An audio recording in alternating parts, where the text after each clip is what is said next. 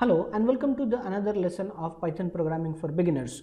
In this lesson, we will understand how to copy a list.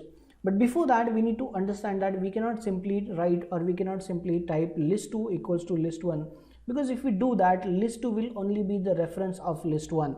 List2 will be only the reference of list1, and if we change anything in list1, or if we add, subtract or do anything with the list1, it will automatically be reflected, or it will be done, all the changes will be automatically there in list2 as well. Okay, so that will be a problem. So that's why we should use a proper method to create a copy if you want to do some other operations, and if you don't want those changes to be reflected automatically. Okay, so there are two methods or two ways to do that. The first is we can use the copy method. So here is copy method, we can say. Okay, and second is list constructor.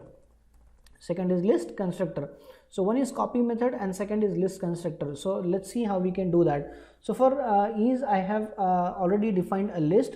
Okay, I have already defined a list. Let's say list 1, that we have A, B, C, D and E, just some alphabets. Okay, so how will I do that? So how will I change, or how will I copy a list? So let's start by using the copy method.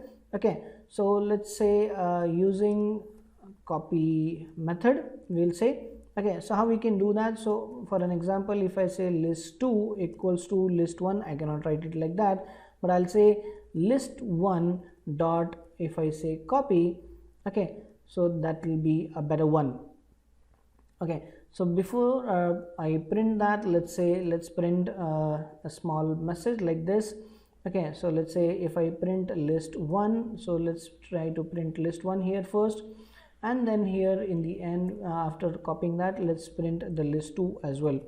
Okay, so we'll try it like that, and let's run this. So the terminal is open now, and let's write, let's say Python, file name is copylist.py, and here we can see that. So list 1 is A, B, C, D, E, and second is as well, we can see A, B, C, D and E. So let's try another example with the same. Okay, so using the list constructor, how we can create the list copy, or how we can copy the list using the list constructor. So let's write that. So let's say using list constructor here. Okay, so let me write it a little better. Yeah. Okay, so let's say using list constructor, how we can do that. So if I say list3 equals to, let's say equals to list constructor I have to use now. So I'll only write list. Okay, I'm not gonna use the list one dot list constructor. So that's a wrong way. A lot of people do that in initial stage.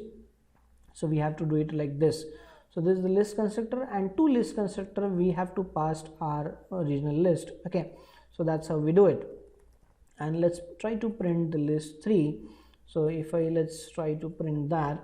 Let me execute that program again. So here we can see first, second and third, all the three lists are printed, and we have created a copy of that. So that's how we create a copy of list, okay, using the copy method and the list constructor.